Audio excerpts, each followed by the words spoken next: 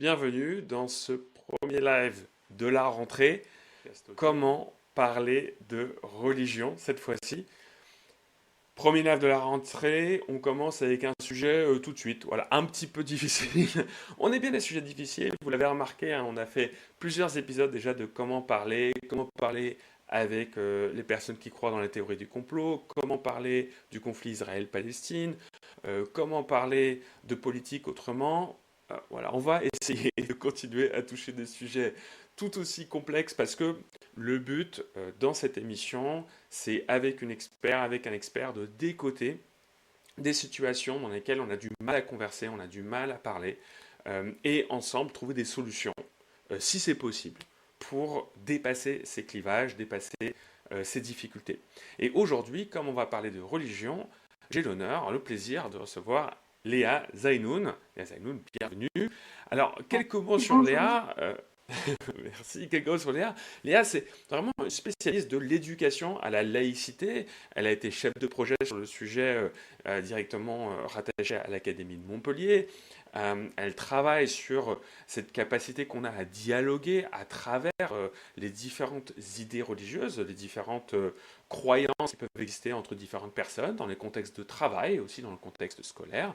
Et elle a créé en 2023 un lien pluriel qui vise vraiment à amener la promotion de la diversité religieuse et de la laïcité dans des contextes éducatifs et d'autres.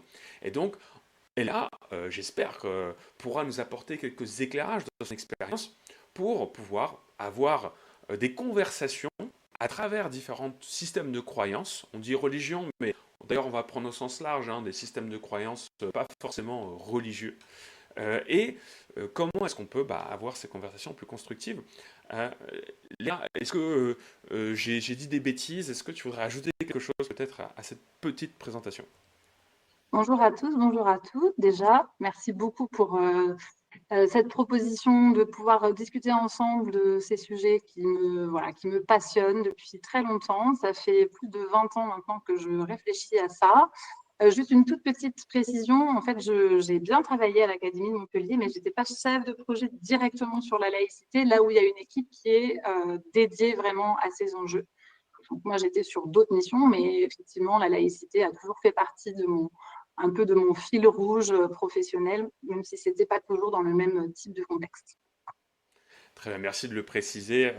J'ai toujours peur de dire des bêtises, donc tu as bien raison de me le préciser. Et d'ailleurs, n'hésitez pas en commentaire sous la vidéo, là le stream a démarré, vous posez vos questions, vous faites vos commentaires, moi je peux les voir et me faire votre relais auprès de Léa pour avoir cette discussion de la manière la plus utile pour vous qu'elle soit. On a une petite heure là de pause déjeuner, on peut manger un petit bout, en tout cas vous pouvez, et nous on peut vous accompagner pendant cette heure de déjeuner à réfléchir à ces questions sensibles.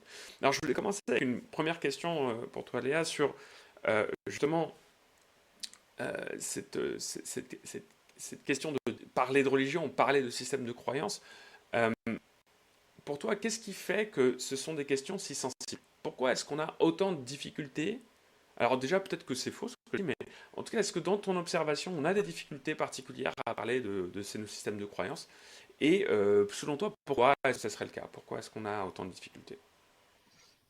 Oui, alors effectivement, moi ce que j'ai pu constater, c'est que les conversations autour de la religion sont souvent considérées comme sensibles. Juste une petite anecdote, c'est vrai que souvent on me dit: «Oh là là, t'es courageuse de t'attaquer à ces questions», comme si c'était un sujet qui, par lui-même, était déjà polémique. Et pour moi, ça tient déjà à quelque chose qu'on oublie souvent, c'est que en fait, on a derrière nous tout un arrière-plan historique, tout un contexte qui a été quand même assez dramatique sur la question religieuse. Et même si aujourd'hui, voilà, les tensions sont plus aussi vives qu'avant, même si encore, on peut mourir encore aujourd'hui en France à cause de sa religion, ça a été le cas encore cette année, mais néanmoins, on va dire qu'à l'échelle du pays, les choses se sont apaisées, mais ça reste, je pense, dans la mémoire, voilà, transgénérationnelle. Et c'est vrai que dans notre famille, on peut avoir des gens qui sont morts ou qui se sont battus pour défendre leurs convictions religieuses. Donc ça, déjà, c'est un point qui est important et qui n'est pas à négliger. C'est pas du tout un sujet qui est neutre. Et un deuxième point, peut-être pour compléter ça, c'est que on est dans une société aujourd'hui qui est une société qu'on dit sécularisée. Qu'est-ce que ça veut dire? c'est une société en France dans laquelle progressivement, on va dire, la religion a perdu de son importance sociale. À la fois la pensée religieuse, mais aussi les pratiques religieuses qu'on pouvait avoir avant, progressivement sont détachées de nos pratiques et de notre quotidien. Et donc, dans ce contexte de sécularisation, effectivement, la question de la religion, elle se pose plus du tout pareil. Donc, on a peut-être aussi plus de difficultés à se saisir de ce sujet dans ce contexte-là. Voilà. Enfin, juste pour terminer, sur la question de la laïcité, parce qu'elles sont intimement liées, les questions de la diversité religieuse et les questions de laïcité. On a tellement de débats aujourd'hui sur qu'est-ce que c'est que la laïcité, que dès qu'on parle de religion, on ne sait plus vraiment ni comment l'aborder, ni avec quels mots même essayer d'en parler, parce qu'on est démunis, on se retrouve face à des médias qui parlent beaucoup de la question, mais pas toujours de façon intelligible et pas toujours de façon approfondie non plus. Donc voilà, en fait, on navigue un petit peu à vue sur ces sujets et du coup, ça devient compliqué d'engager un dialogue serein où on se sent en pleine possession de ses moyens pour engager la conversation.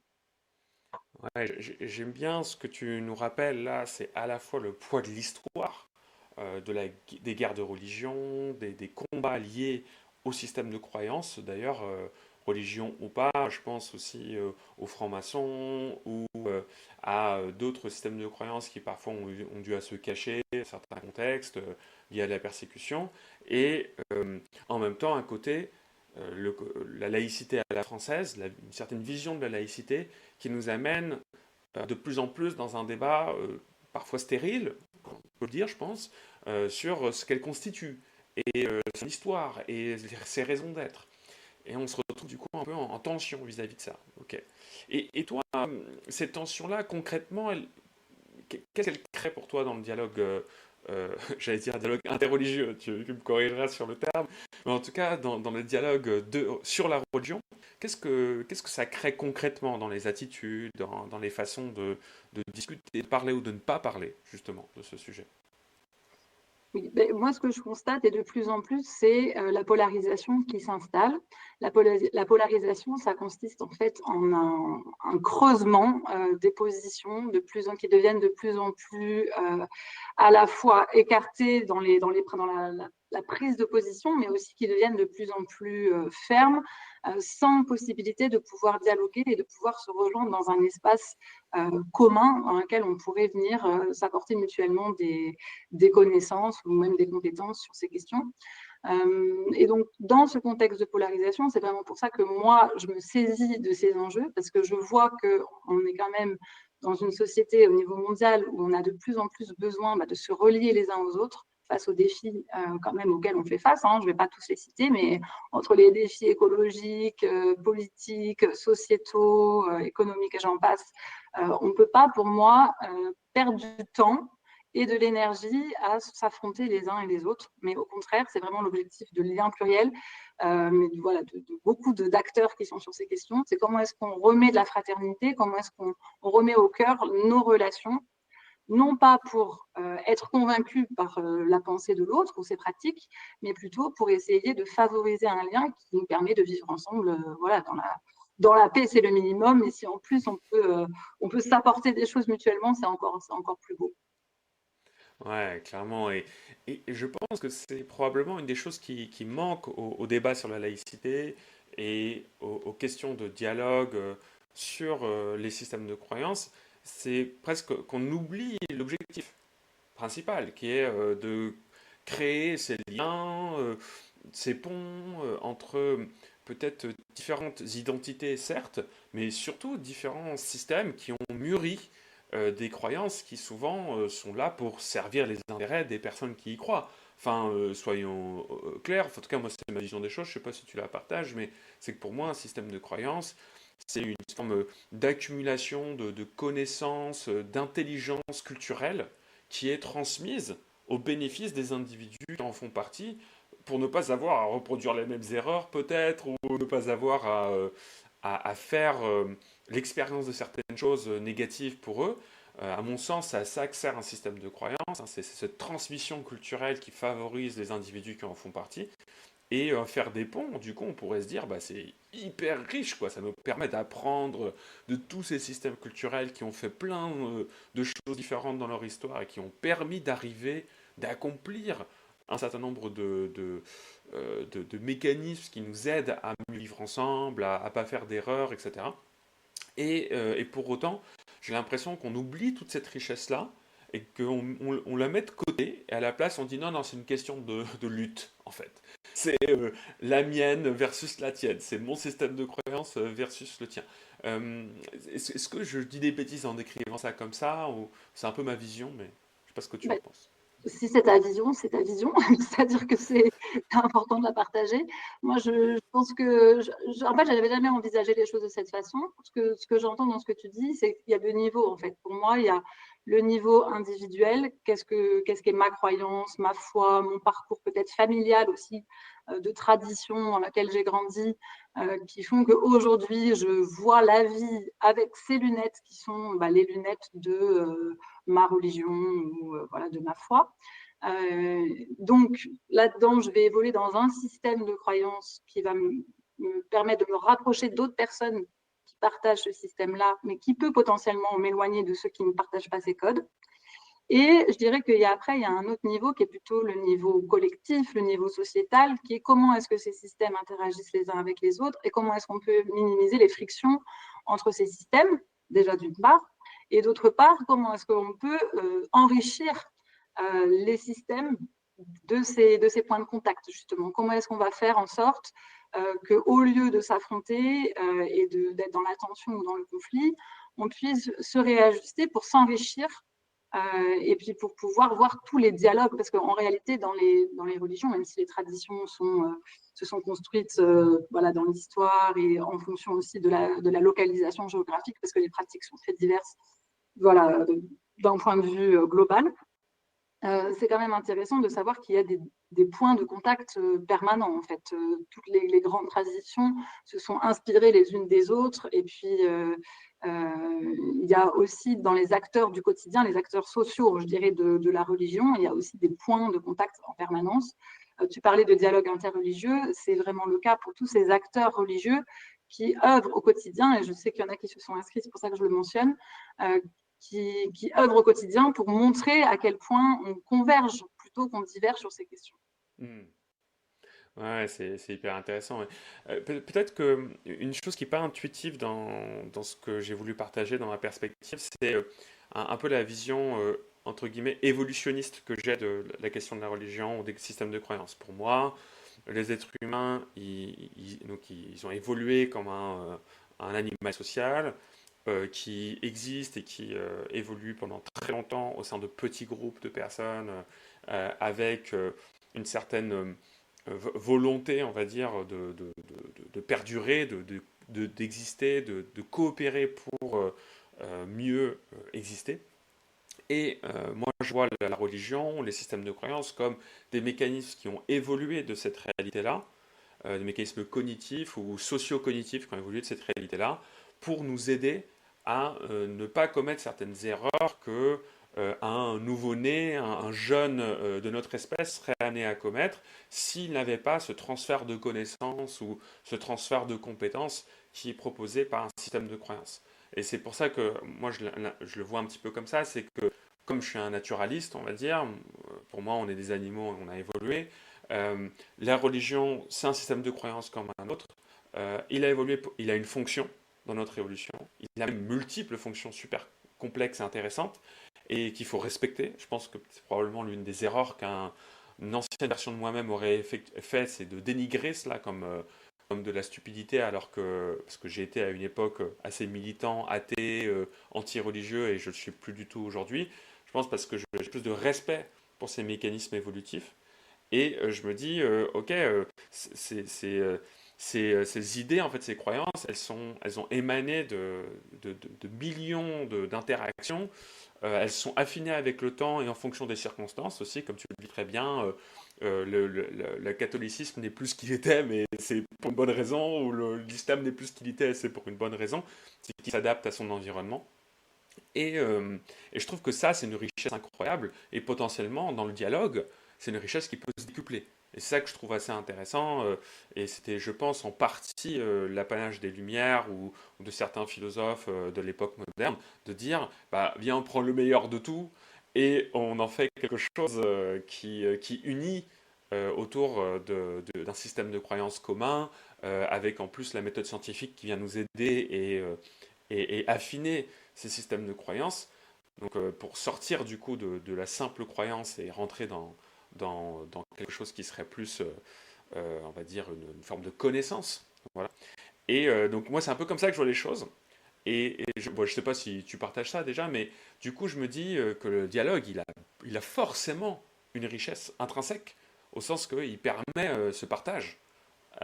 Et je me dis, ah, c'est dommage, du coup, qu'à la place, on se retrouve à vouloir avoir un système qui en domine un autre, ce qui est souvent le cas quand le dialogue est rompu ou quand il y a de la polarisation. Merci, je trouve que ce que tu dis, c'est très beau de retracer un petit peu ton évolution sur ce sujet parce que, effectivement, peut-être juste pour le redire, si on n'a pas forcément ça en tête, aujourd'hui, il y a des études qui montrent que les adultes, enfin, sur les sondages qui ont été faits, la majorité se déclare sans religion. Donc déjà, on est quand même dans un contexte où il y a plus de personnes qui se déclarent sans religion que de personnes qui auraient enfin, qui se déclaraient religieux. Après, ça veut tout et rien dire. Est-ce qu'on se déclare avec une étiquette? Est-ce qu'on pratique? Comment est-ce qu'on pratique? Est-ce qu'on pratique voilà, de façon régulière, seule, en collectif? Les réalités sont vraiment très distinctes. Donc, je trouve que déjà, une première chose que tu décris, c'est comment est-ce que moi, en tant qu'individu, même si j'ai ma propre vision sur ces sujets ou mon propre système de croyance ou de non-croyance, comment est-ce que je fais en sorte quand même d'aller, je dirais, avec une curiosité, mais pas une curiosité malsaine, pour pouvoir se saisir de ces arguments après contre ceux qui nous les proposent, mais plutôt une curiosité d'ouverture qui nous permet d'aller interroger en fait ce que vivent les personnes et ce qui peut être derrière invisible les systèmes dont tu parles. Donc ça, je trouve que c'est vraiment chacune d'entre nous a pour moi ce travail à faire.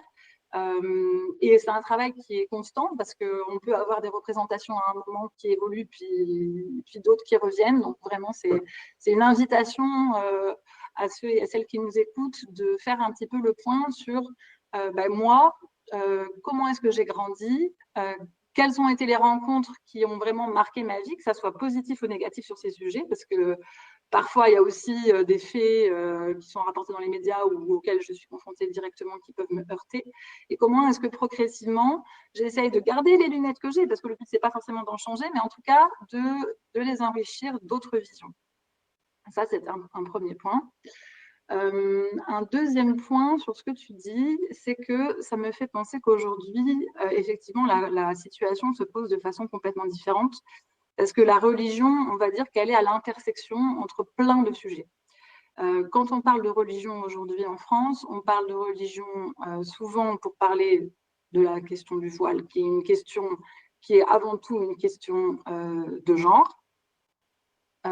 Ensuite, on en parle parce qu'il y a des débats qui sont liés à l'immigration sur aujourd'hui un paysage qui est en recomposition, on va dire un paysage religieux qui se recompose, mais depuis longtemps, hein, c'est pas, ça date d'hier, mais qui est lié à des vagues d'immigration qui vont venir progressivement changer aussi le paysage religieux. Donc en fait, on va venir à l'intersection de plein de sujets. Et donc souvent, on se saisit de la religion pour venir parler de ces sujets-là, en fait, d'une façon un petit peu détournée. Donc moi, ce que je voudrais, c'est vraiment qu'on ait en tête aussi de quand on parle de religion, est-ce que je parle vraiment de religion en réalité? Est-ce que c'est de ça dont j'ai envie de parler ou est-ce que je veux parler d'autres sujets sociétaux qui sont parfois vraiment inextricablement liés, mais qui ne sont pas le cœur vraiment de ce que je veux dire? Voilà. Donc quand on parle de religion, est-ce qu'on parle vraiment de religion ou est-ce qu'on parle de religion de genre, Hmm. d'origine, d'histoire et de ma vision politique de comment est-ce qu'en fait on doit tous cohabiter les uns avec les autres. Il y a tout ça qui est invisible en fait, mais qui est quand même bien là quand on en discute. Ouais, non, c'est hyper intéressant. J'ai tout de suite eu l'envie de mettre les pieds dans le plat pour parler du voile un petit peu, juste pour exemplifier le sujet du du dialogue autour de la religion.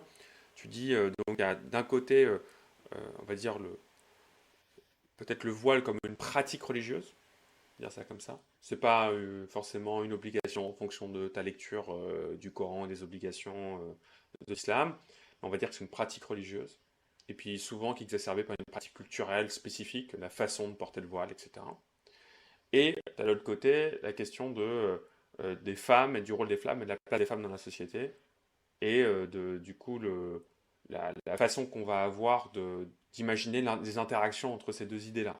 C'est si moi j'ai une vision d'une femme libre et égale en droit et en fonction dans une société égalitaire et plurielle, alors est-ce que j'arrive à accepter que un système de croyance puisse là l'engager à être moins sociable, rester plus chez elle, à moins s'éduquer, à porter un habit contraignant, etc. Et donc ça c'est... Est-ce que je résume mal le truc ou est-ce que je trouve que je résume bien le sujet? Alors, déjà, je tiens à dire que tu ne résumes ni bien ni mal, mais tu résumes à ta façon. Et c'est important que tu sois, sûr de ce que tu dis. Tu vois, enfin, moi, même si là, je partage un peu ma vision à moi, mais je pense que chacun, en fait, arrive Hmm. son regard sur la question. Par exemple, la façon dont tu as présenté les choses, ça pourrait être donc, une façon de le présenter, là où il y aurait d'autres personnes qui diraient, par exemple, eh ben, moi, je pense que les femmes doivent être, comme tu as dit, libres, égales, en droit, etc. Donc, qu'elles puissent choisir la pratique religieuse dont elles ont envie. Ouais. Voilà. Tu vois, en fait, tout dépend comment on prend le sujet. Il peut y avoir de multiples débats et de multiples motivations, mais en tout cas, moi, ce que j'encourage à faire sur ces questions, c'est de ne pas parler à la place de la personne qui agit. D'accord? Après, ça peut devenir très compliqué parce que quand on est dans une relation, on va dire, pas forcément inégalitaire au sens propre du terme, mais quand on est dans une position où on n'a pas exactement le même statut, la même place dans la société que l'autre personne, engager une conversation, il faut l'avoir en tête que ces rapports quand même de domination existent, d'accord? Donc, si par exemple, moi, comment dire, je vais poser la question à une femme qui porte le voile, bah, pourquoi est-ce que tu portes le voile, quelles sont tes motivations? Peut-être que ça ne serait pas la même chose que si toi, tu poses la question, par exemple. Bien Tu sûr. vois, Ouais. ça, je pense que c'est important de l'avoir en tête, mais de ne pas parler à la place des personnes, pour moi, déjà, c'est l'élément numéro un. Et malheureusement, c'est ce qui se passe beaucoup trop souvent, et même souvent sur LinkedIn. Ça m'amuse tristement, mais Hmm. plus de lire parfois les commentaires qu'il y a quand ces sujets sont évoqués, parce c'est des sujets très polarisants, donc ça mobilise toujours tout de suite les commentaires. Sauf sur mes posts, je ne sais pas pourquoi, mais les gens ne s'écharpent pas en commentaire. Écharpez-vous sur mes commentaires, s'il vous plaît. Mais en tout cas, quand je vois les commentaires des autres, ce que je vois, c'est que les gens parlent beaucoup à la place des autres, en fait. On sait ce qu'il y a dans la tête, on sait quelle est la motivation de la personne qui porte, je sais pas moi, une kippa, un voile, qui va à la... Non, en fait, on ne sait pas, on ne sait rien du tout. Donc, si déjà on pouvait partir de ce principe, nous ne sommes pas dans la tête ni dans le corps de l'autre. Et donc, si on veut aller faire ce pas vers elle, ou vers lui pour pouvoir nous enrichir personnellement, dans ces cas-là, eh ben, ça demande un minimum de curiosité. Et là, j'aimerais, quand on en est sur pourquoi et comment parler de religion, Je je t'en pense prie. que vraiment, il y a déjà une chose qui est très importante, c'est que quand on veut parler de religion, déjà s'assurer que la personne a envie d'en parler. C'est très bête, mais comme ça touche des sujets qui sont parfois intimes, parfois familiaux, comme on l'a dit, parfois des parcours de vie qui peuvent mener à des conversions ou du rejet de la religion dans laquelle on a été élevé, que c'est aussi un sujet qui est éminemment social parce qu'on est sans cesse en interaction avec des groupes dans lesquels on appartient, qui ne sont pas forcément que religieux d'ailleurs, puisque tout s'entremêle. Tout ça, ça fait que déjà, est-ce qu'on a envie d'avoir une conversation avec cette personne-là? Est-ce qu'on est disponible émotionnellement pour en parler? C'est déjà la base. S'assurer que les conditions du dialogue sont réunies. Est-ce qu'on a un petit peu de temps devant soi? Parce que ce n'est pas non plus des sujets à prendre à la légère. C'est des choses qui vont venir voilà, interroger ce qu'on a parfois de plus ancré en nous, c'est-à-dire notre système de valeurs, notre système d'identité propre. Et donc, pour ça, s'assurer que la personne est disponible, qu'elle a envie d'en parler et s'accorder aussi avec elle sur peut-être quelles sont les limites qu'on a envie de poser aussi à ce débat. Est-ce qu'on a envie de parler de religion, vraiment, c'est-à-dire de théologie? Est-ce qu'on a envie de rentrer dans les arguments un par un de « Ah, mais ça, c'est écrit dans la Bible, qu'on peut le pratiquer comme ci ou comme ça », ou est-ce qu'on est juste sur « J'écoute le parcours que tu as, en fait. Je m'intéresse à ta vie, je m'intéresse à ta vision. » Et sans pour autant asséner des arguments, je t'écoute pour te dire comment moi je pense. Non, vraiment juste d'être dans l'écoute. Et parfois, c'est le plus difficile à faire, une écoute qui peut demander du silence. Donc parfois, ça demande de se taire pour écouter ce que l'autre veut dire. Pas pour mieux rebondir derrière, mais juste pour accueillir en fait son histoire. Et c'est là où il y a quelque chose qui va se passer, parce qu'on va progressivement enrichir notre vision et se laisser pénétrer par des idées, peut-être des pratiques auxquelles on n'aurait jamais pensé avant.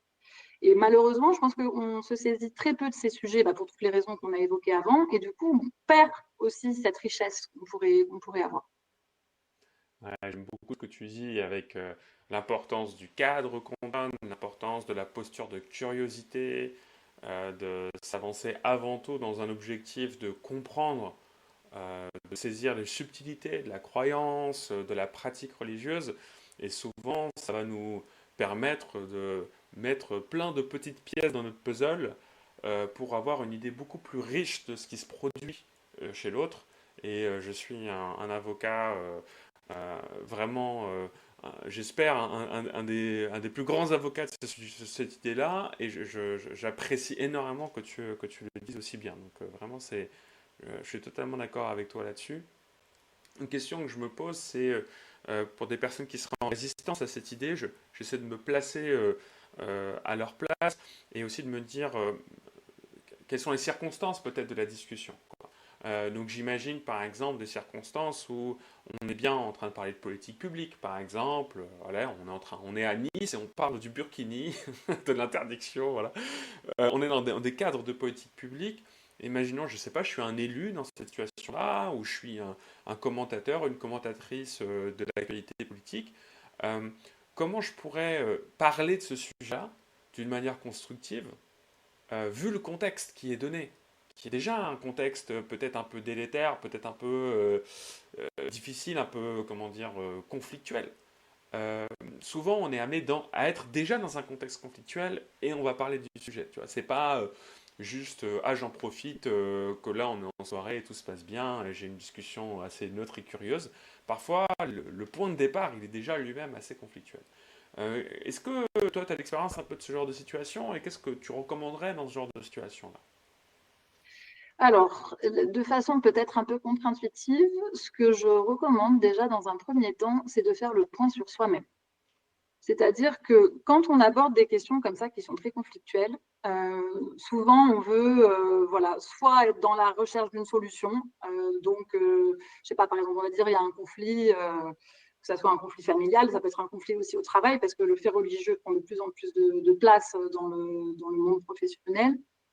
Je dirais, quand on est en position d'élu, on est déjà dans l'application d'un cadre qui pour autant n'est pas toujours très très clair, parce que il y a certaines positions politiques qui vont à l'inverse des principes qui sont pourtant constitutionnels et qui sont déjà bien clairs. Donc voilà, ça je le mets un petit peu de côté, mais on va dire si je me trouve face à un conflit à résoudre, comment est-ce que je fais?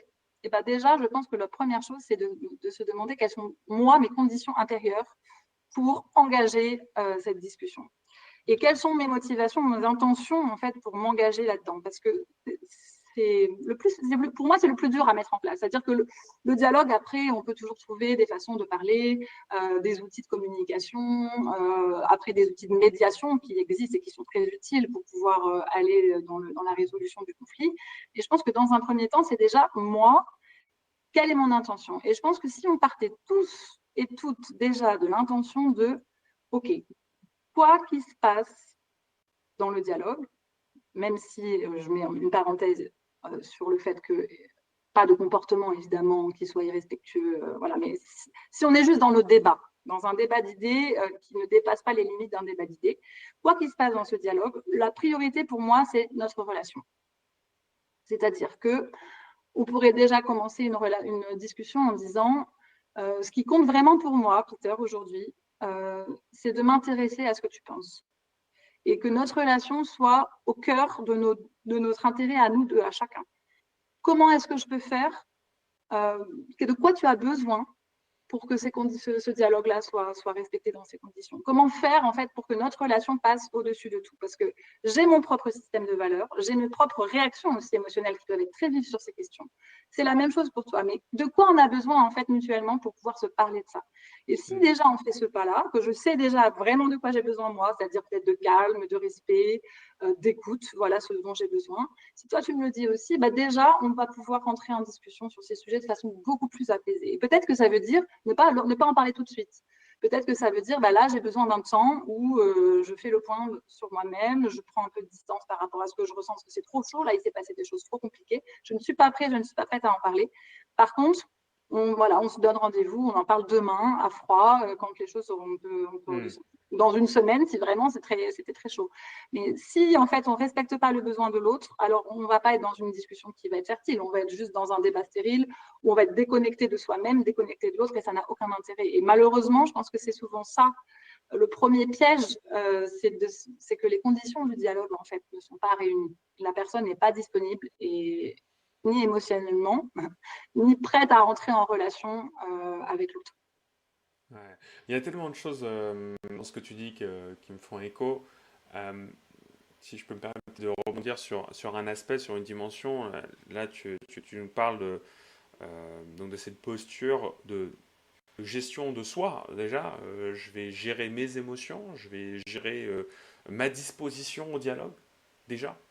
Me poser la question de est-ce que j'en suis capable, est-ce que j'ai des intentions qui sont acceptables pour toutes les parties prenantes, ou est-ce que mes intentions sont uniquement dirigées vers la domination intellectuelle, la domination verbale et déjà, ça, faut que j'en sois certain, quoi. Faut que je fasse le bilan avec moi-même. Je me regarde dans le miroir, je dis, ok, est-ce que c'est vraiment ça que je cherche à faire? Et ensuite, posture de curiosité, questionnement, ouverture, pour encourager un dialogue riche. Et moi, je suis évidemment tout oui là-dessus. Je change un peu de contexte. Un contexte que j'ai vécu en salle de classe, je ne sais plus si je t'en avais parlé, qui m'avait choqué, qui est resté dans ma mémoire. J'intervenais dans un lycée en région parisienne et j'apprends 24 heures avant que le jour de mon intervention dans ce lycée, en fait, la classe était meurtrie. Un des élèves est décédé pendant quelques jours avant. Donc je me dis, oula, je vais arriver dans ce contexte-là, on demande si je veux annuler. Vu les types d'ateliers que j'anime, je me dis, au contraire, ça serait intéressant de créer cet espace de discussion, d'avoir un moment un peu différent du contexte scolaire habituel. Ça peut même pas mal aider les profs. Allons-y, on y va. J'arrive, la queue devant la salle de classe le matin, la prof ouvre la porte, les élèves entrent. Et là, une des dernières élèves s'apprête à entrer, elle porte le voile. Et une autre professeure, probablement n'ayant pas le contexte, peu importe, mais elle passe, elle voit cet élève portant le voile, l'attrape. Dans ma mémoire, c'est physiquement, mais peut-être que c'était juste verbalement. C'était tellement puissant verbalement que j'ai l'impression qu'elle l'a attrapé physiquement en lui disant mais qu'est-ce que tu fous? Tu sais bien que c'est interdit, porter le voile, on te l'a déjà dit, c'est inacceptable. La jeune fille essaie de se défendre, elle arrive à peine à placer deux ou trois mots, et là, elle lui dit non, tu sors de classe, tu rentres chez toi, j'en ai rien à faire, c'est comme ça, tu connais les règles. Et donc la jeune fille se lève de sa place, sort de classe, on ferme la porte de la classe et on commence.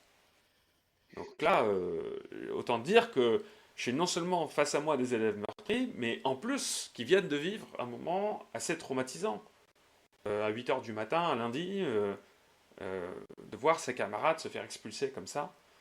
Euh, bon, j'ai fait ce que j'ai fait à ce moment-là. J'espère que ça a contribué à apaiser et à libérer aussi les perspectives. Mais je me dis que c'est pas la première fois que ce genre de choses doit arriver, où ce conflit sur des questions de religion, sur des questions d'expression de la foi, euh, entache toutes les relations humaines dans un contexte donné, là c'est le contexte scolaire, et tout ce que ça implique derrière comme traumatisme pour les enfants, parce que si même moi ça m'a marqué, j'imagine que eux aussi, et comment ça instruit par la suite leur point de vue politique, leur vision politique, de l'État qui est irrespectueux des croyances, de l'État qui impose, qui empêche. Euh, voilà, je te livre ça un peu brut, mais qu'est-ce que ça t'évoque, ce genre de situation, ce genre d'exemple? Ouais, merci beaucoup pour ce partage. J'ai déjà entendu beaucoup de situations qui ressemblent à ce que tu décris. En fait, pour moi, ça tient au fait, comment dire, les professionnels se sentent démunis. Genre là, on parle des professionnels de l'éducation nationale, mais ils ne sont pas les seuls. Ça peut être aussi tout type de professionnels qui se retrouvent voilà, face à ce genre de faits religieux. Donc là, c'était le port d'un signe, mais ça peut être parler de religion au travail, ça peut être de demander des aménagements du temps de travail pour aller prier ou pour aller faire une fête religieuse. Enfin, le fait religieux, en fait, il est en irruption en permanence dans nos vies. Donc très souvent, forcément, il va se matérialiser dans des contextes sociaux, donc à l'école, au travail, etc. Donc pour moi, déjà, la première chose, c'est que les professionnels sont démunis. Malheureusement, ils ne sont pas toujours formés à la laïcité. Alors, c'est le cas maintenant pour les fonctionnaires qui ont une formation au principe de laïcité qui est obligatoire, mais elle n'a pas toujours été déclinée et puis elle serait à refaire régulièrement. Donc déjà, on va dire qu'il y a parfois un flou sur quel est le cadre qui s'applique. Là, dans ce que tu décris, effectivement, il s'agit du port d'un signe religieux dans un lycée, j'imagine, public. Donc, s'il est public, de fait, elle n'avait pas le droit de porter ce signe religieux et certainement qu'elle le savait s'il y avait déjà eu des antécédents. Et donc, c'est cette loi qui s'applique, la loi de 2004. Ça, c'est une chose. C'est le cadre législatif. Maintenant, il y a une deuxième chose dont on ne parle pas assez souvent à mon goût, et c'est pour ça que je suis très contente de pouvoir en parler aujourd'hui, c'est qu'il y a la loi et après, il y a comment est-ce qu'on discute, comment est-ce qu'on dialogue, comment est-ce qu'on agit autour de ça. Le cadre, il sera ce qu'il est, pas toujours forcément parce qu'il peut changer, il peut évoluer, et heureusement. Mais en tout cas, comment est-ce qu'on accompagne ça? Et là, c'est encore un deuxième niveau sur lequel souvent les professionnels sont démunis. C'est-à-dire qu'il faut connaître le cadre, mais il faut aussi savoir comment est-ce on l'apporte en fait aux élèves. Ça, c'est une chose. Ensuite, il y a un autre niveau qui est le niveau des représentations qu'on peut avoir. Et souvent, en fait, le problème, c'est qu'on est dans nos projections. Que ça soit le cas des élèves ou que ça soit le cas des enseignants. On est dans des projections de ah ben, si on est musulman, c'est comme ça. Si on, je sais pas moi, si on est prof, voilà comment on doit agir. Et donc, on se met dans des rôles que nos systèmes peut-être impliquent, sans pour autant être obligatoires. Mais en tout cas, voilà, on agit comme on pense que l'autre est. Et c'est toujours cette projection qui nous empêche d'entrer en fait vraiment en relation humaine avec la personne. Hmm. Euh, Là, ça, ce que tu décris, c'est un épuisement professionnel lié à cette question, clairement, qui nécessiterait qu'il y ait concertation qui soit prise vraiment au sérieux par l'établissement pour en discuter non seulement avec les personnels enseignants, mais aussi avec les personnels administratifs, et qu'il y ait une vision de qu'est-ce qu'on fait quand ce genre d'incident arrive, et comment est-ce qu'on traite la question de façon systématique et non pas individuelle en fonction de la personne, de l'élève qui est là, qu'on peut apprécier ou pas par ailleurs parce qu'il a eu tel ou tel comportement dans l'année. Vous voyez, c'est Ouais. vraiment tout ça qu'il faut prendre en compte. Comment est-ce que cette réponse, elle se fait institutionnelle et plus individuelle? Parce que là, je vais être pris dans mes émotions qui sont pas agréables sur le moment. Et du coup, je vais faire des choses qui vont après heurter, comme tu l'as dit, toutes les personnes qui assistent à ça, quoi.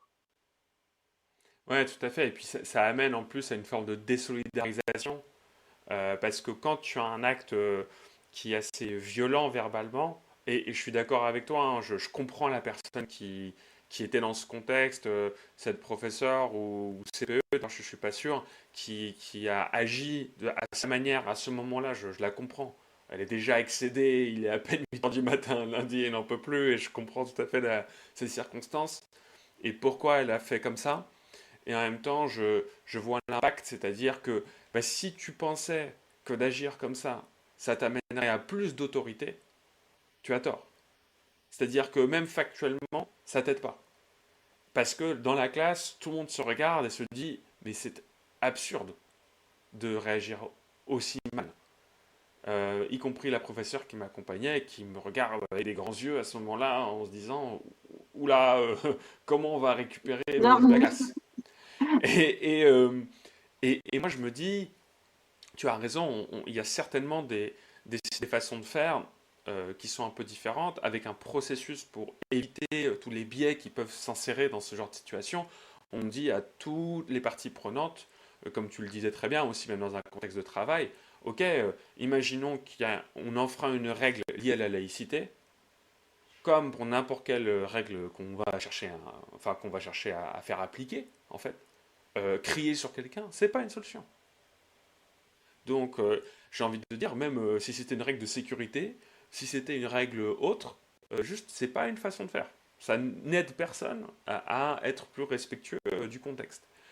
Par contre, dire, ok, j'ai remarqué que cette règle-là, on n'arrive pas à la respecter, ou il y a beaucoup de gens qui ne la respectent pas, on fait le bilan sur quelle est la méthode pour améliorer son application, ou pour modifier sa perception. Tu vois, comment est-ce qu'on peut satisfaire des besoins, par exemple, d'une personne qui a une croyance sans contrevenir à la règle. Donc toi, tu as une croyance religieuse qui t'est spécifique. Tu voudrais pouvoir porter le voile, mais il est interdit. Discutons ensemble de comment on pourrait faire pour que toi, tu te sentes satisfaite dans ta pratique de ta religion, sachant qu'on doit respecter le cadre légal. Et qu'il y ait ce dialogue, limite, avec toutes les jeunes filles d'une classe d'âge qui chercheraient à le porter. Ok, discutons ensemble, ayons un moment d'échange sur comment on pourrait faire, sachant les contraintes qui sont réelles et qu'on doit respecter. Et après, on pourrait dire, ouais, elles sont injustes, ces contraintes, elles devraient être remises en question. Ok, très bien. Mais aujourd'hui, ce n'est pas la place ni le lieu pour les remettre en question. Donc, comment est-ce qu'on peut faire pour que tout le monde s'en sorte, tu vois, dans ce contexte-là?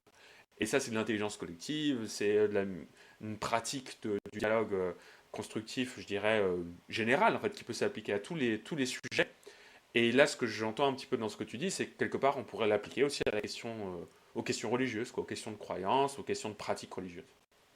Je dis pas de bêtises, même si tu dis que je dis jamais de bêtises, mais t'as le droit de dire que je dis des bêtises. Je trouve que c'est intéressant ce que tu dis parce que quand tu évoques les besoins, c'est un point sur lequel j'avais vraiment envie d'insister aujourd'hui.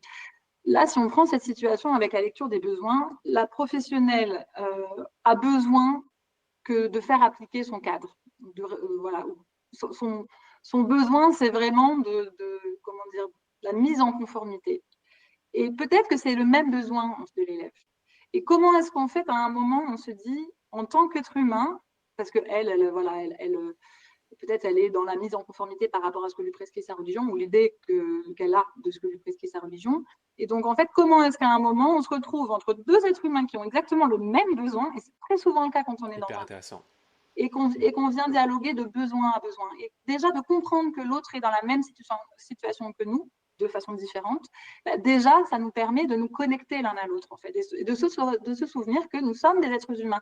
Nous ne sommes pas que des règlements qui s'affrontent ou des systèmes de valeurs qui s'affrontent. On est aussi dans notre situation de vulnérabilité à un moment. Et comment est-ce que de notre besoin, on peut arriver à faire un pont vers le besoin de l'autre. Et ça, je pense que c'est la connexion et la relation qui nous aident à le faire, à condition qu'on soit en conscience de ce qui se joue à ce moment-là. Et ça se travaille aussi. Comment est-ce que je suis conscient de la relation que j'ai envie de construire, de bâtir avec l'autre, quel que soit en fait son besoin et son système de croyance. Et si on met le focus sur ça, pour moi, on est en train de, à la fois, je dirais à l'échelle individuelle, de consolider nos compétences psychosociales. Et donc ça peut être applicable dans tout type de discussion en réalité. On n'est pas que sur la question de la religion, Ouais. mais aussi à une échelle plus grande, l'échelle, on va dire, collective de la société. Là, on est en train d'avoir tous les outils nécessaires à cette société en transition qui exige en fait qu'on puisse collaborer pour pouvoir survivre. J'exagère à peine, quoi. Je ne veux pas non plus être mélodramatique, mais c'est un peu ça. Donc, pour moi, il faut vraiment être en connexion avec soi-même avant tout. Quel est mon besoin dans cette situation? Ok, là, j'ai besoin de faire respecter un cadre. Je ne sais pas toujours comment le faire respecter, mais au moins, je peux le signifier à l'autre. OK, là, j'ai vraiment besoin que tu comprennes que ce cadre, il est comme ça et que je ne peux pas y déroger, en fait. Même si j'avais envie, en fait, c'est le cadre. C'est le cadre qui s'applique à nous, c'est la loi, donc c'est comme ça. Et voilà, là, on est dans une situation où l'enseignante et l'élève, évidemment, ne sont pas entre pairs. Hein, il y a une relation qui n'est pas une relation hiérarchique, mais qui est celle d'enseignante-élève. Donc, c'est ça aussi qui se joue. Il y a un rapport de pouvoir entre les deux, et donc Bien sûr. forcément un rapport de domination si on veut venir imposer sa vision à l'autre d'une certaine façon. Ouais. Ah, c'est des questions très complexes, surtout dans le contexte scolaire, mais ça pourrait jouer dans le contexte hiérarchique, dans une entreprise ou dans d'autres situations où il est très tentant d'utiliser ces systèmes de pouvoir qui sont inhérents à ces organisations pour faire preuve d'autoritarisme, c'est-à-dire d'imposer une certaine manière de faire spécifique, plutôt que de faire preuve, à mon sens, d'autorité, c'est-à-dire d'être très clair sur les contraintes et les besoins qui doivent être satisfaits. Et ensuite, comment ils sont satisfaits, ça c'est un espace de négociation et de discussion tout à fait légitime. Mais dire que, écoute, dans le contrat de travail, il y a telle et telle prérogative que tu as signées, donc il faut qu'on les respecte. Maintenant, comment on les respecte, comment on les met en application concrètement, voilà, il y a peut-être une marge de discussion tout à fait légitime. Et ça nécessite pas de partir en vrille, entre guillemets, au plan des émotions, mais ça nécessite un vrai moment de dialogue que certainement certains professionnels estiment injuste aussi. C'est-à-dire, attends, le cadre il est clair, tu es là, tu n'es pas dans un établissement privé sous contrat ou hors contrat dans lequel il serait autorisé de porter le voile, par exemple, dans le cadre du voile, mais ça pourrait être autre chose. Et ben, voilà, tu as signé. Maintenant, j'agis comme un policier, j'agis comme une figure autoritaire face à ça. Et c'est vrai que quand tu parles de compétences psychosociales dans le cadre éducatif, mais dans le cadre managérial, dans le cadre RH, je le vois aussi comme un vrai problème, c'est qu'elles sont souvent mal comprises, ces compétences. Faire preuve de bienveillance envers autrui, ce n'est pas être passif-agressif. Faire preuve de, de volonté que les choses s'améliorent, ce n'est pas cacher les problèmes jusqu'à ce que ça soit trop tard, quoi. Et souvent, c'est traduit de cette manière-là. C'est soit on est autoritaire, soit on n'ose pas, on ne dit pas, on cache, jusqu'à ce que ça prenne une ampleur importante. Et je pense à un client, un contexte d'entreprise assez particulier, où ça peut arriver, où ça a même été médiatisé, ou parce que à suite de plein de collaborateurs, collaboratrices qui ont, pour des raisons de conviction religieuse, ne pouvaient plus faire leur travail correctement, à force d'une forme d'impossibilité, d'incapacité à dialoguer, on s'est retrouvé tout de suite dans l'obligation d'aller vers le chemin légal. Alors que si on avait peut-être pris en amont le sujet en fait, quand tu dis que tu veux pas travailler avec des femmes, il y a un problème. On ne peut pas accepter ça, par exemple. Et ben, ok, qu'on puisse prendre le sujet, ok, j'ai entendu parler de ça, explique-moi comment on arrive à ça, à là, voilà le cadre légal, donc tu comprendras que ça sera un peu compliqué. Maintenant, moi je veux que ça fonctionne, donc comment on pourrait faire en sorte que ça marche mieux. Et, et ça, je pense on a beaucoup de difficultés, surtout sur les questions de religion, mais pas que, hein, sur les questions de croyances fortes, je pense. On a beaucoup de difficultés à se dire que c'est quelque chose qu'on peut dialoguer, même si, a priori, ça ressemble à un jeu à somme nulle, où il y a forcément le cadre légal qui va gagner, quoi, quelque part. Et ça peut être difficile, je trouve, à dépasser comme paradigme. Se dire, attends, mais il y a la règle, donc dialogue ou pas dialogue, il y a la règle. Oui, alors c'est passionnant parce que je suis à fond dans cette réflexion en ce moment. D'ailleurs, je suis en train de réfléchir, mais sur un autre sujet, à une newsletter exactement sur ce que tu dis. C'est-à-dire que pour moi, non seulement c'est pas un jeu à somme nulle, mais en plus de ça, c'est-à-dire que les Québécois ils disent chic un conflit. En fait, c'est changer de regard sur le conflit, changer de regard sur le drame, quel qu'il soit. En tout cas, moi, c'est ma réflexion.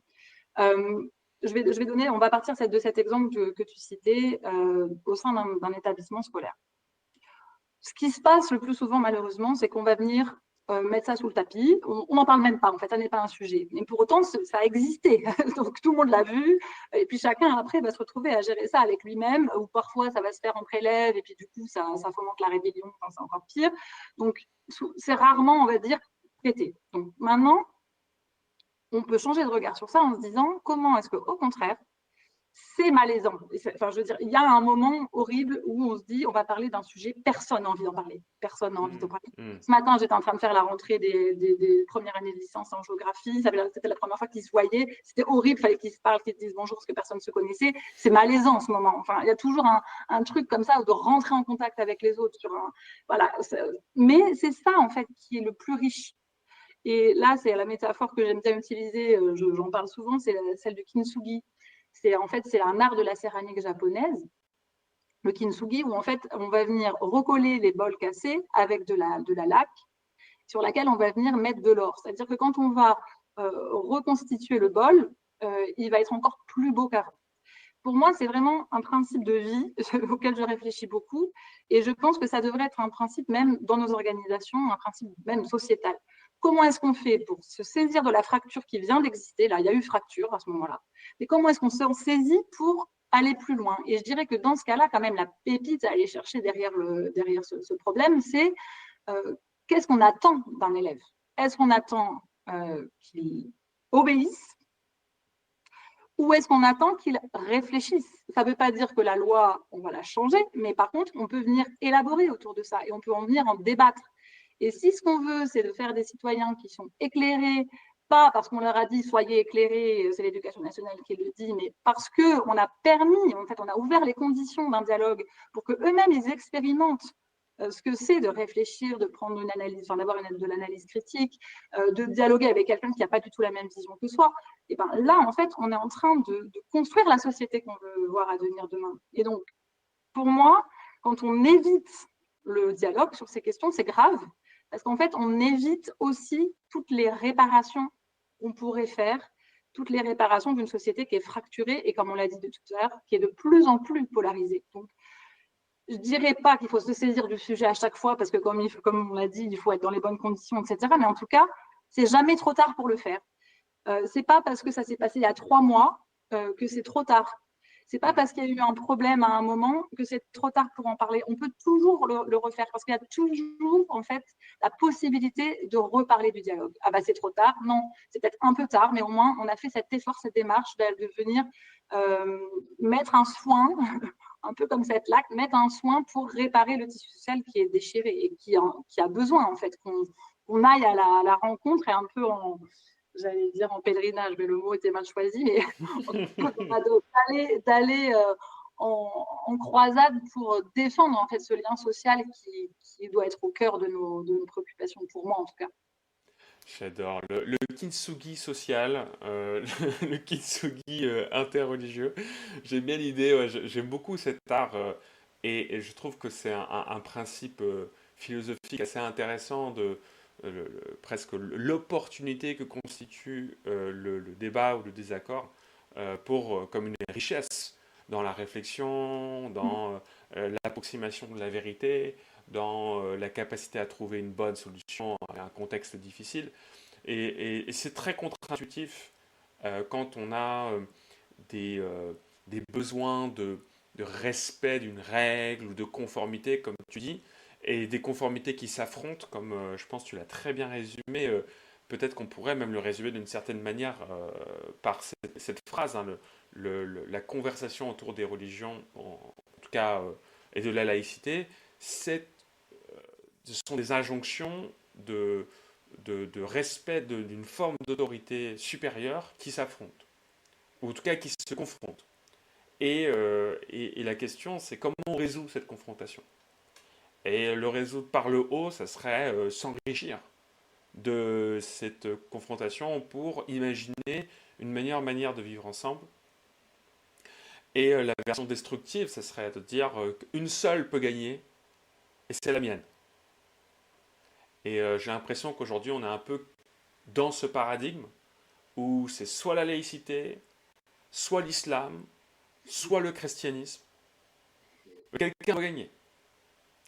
Et là, on est en train d'évoquer, je pense, quelque chose de meilleur qui consiste à dire, mais on peut construire avec la richesse des uns et des autres et imaginer une manière de, pas juste de coexister, mais de co-construire quelque chose de plus beau et de meilleur pour nous tous, avec nos perspectives et nos multiplicités.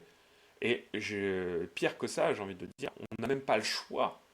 Euh, Comme tu le disais très bien tout à l'heure, tu disais que tu voulais pas être catastrophiste, mais je serai à ta place. On n'a pas le choix. Coopérer pour sauver le monde, c'est littéralement ce qui nous est demandé.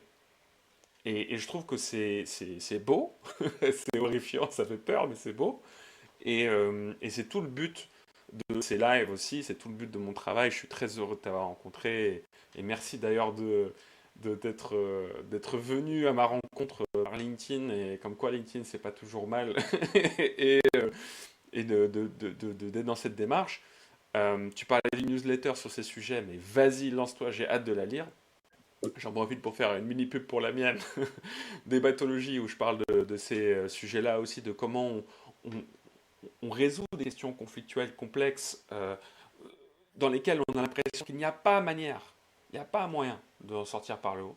Et pourtant, on voit que c'est possible. On donne des outils, on donne des exemples. Et Léa, je pense qu'aujourd'hui, tu nous as apporté déjà pas mal d'outils, pas mal d'exemples, avec cette idée de cadrage, de gestion de ses propres émotions, de donner un moment spécifique, d'aller avoir un objectif de curiosité, de d'être dans une démarche de co-construction avec les parties prenantes, de voir la situation de conflit ou de désaccord comme une opportunité sur laquelle on peut construire ensemble pour faire quelque chose de meilleur, dans laquelle on peut être fiers tous. On peut être fiers de ce bol Kintsugi tous une fois qu'on l'a construit. Je trouve que c'est plein de belles techniques, de belles idées que tu nous proposes, Léa. Est-ce que tu auras un mot de la fin pour finir cette pause déjeuner pleine d'espoir, j'espère, et de réalisme aussi? Eh ben, merci. Un mot de la fin pour dire merci. Merci à tous, merci à toutes. Et puis, un petit mot pour dire, oui, je pense que la valeur, ou en tout cas la boussole, moi, qui m'anime beaucoup, c'est le courage pour moi qu'on doit avoir, mais qu'on peut essayer au moins d'avoir sur ces questions, en fait, parce que c'est sortir de sa zone de confort. C'est pas évident. Je comprends complètement parce que je passe par là tous les jours. Donc, je comprends que ça soit pas évident, mais c'est ça qui permet, en fait. C'est quand on est un tout petit peu plus loin de sa zone de confort qu'on va à la rencontre de l'autre et qu'on s'enrichit énormément. Donc, bravo de m'avoir écouté. J'espère que ça vous aura voilà, donné des outils et puis surtout, bravo de cet intérêt que vous avez pour cette question et j'espère que vous allez faire des belles rencontres. N'hésitez pas à m'en parler si vous avez des dialogues qui auront été mis en place après. Merci beaucoup Léa, merci à toutes et tous de nous avoir écoutés pendant cette heure du déjeuner. N'hésitez pas à contacter Léa si vous avez des questions sur ces thématiques-là, si ça vous intéresse de mener à bien ce type de dialogue, ce type de réflexion, avoir des formations sur ces thématiques-là. Je sais que Léa sera ravie de vous accompagner là-dessus. Et on se retrouve dans un peu plus d'un mois. Je ne vais pas vous dire des bêtises sur la date, mais ce que je viens de la caler. On se retrouve le 14 octobre prochain, pareil, sur l'heure du midi. Cette fois-ci, on recevra Mélusine Bounfaller, qui est chercheuse sur les questions notamment de comment on fait pour amener à l'action les personnes sur la question du changement climatique. Comment on fait pour passer de je crois au changement climatique à j'agis pour le limiter. On va parler de cette question-là et notamment de ses recherches sur le sujet. Donc on se retrouve dans un peu plus d'un mois pour en parler. Et en attendant, on vous encourage évidemment à dialoguer avec les personnes autour de vous, à voir cette richesse et à la partager avec nous. Et bon après-midi à tous. Ciao. Merci.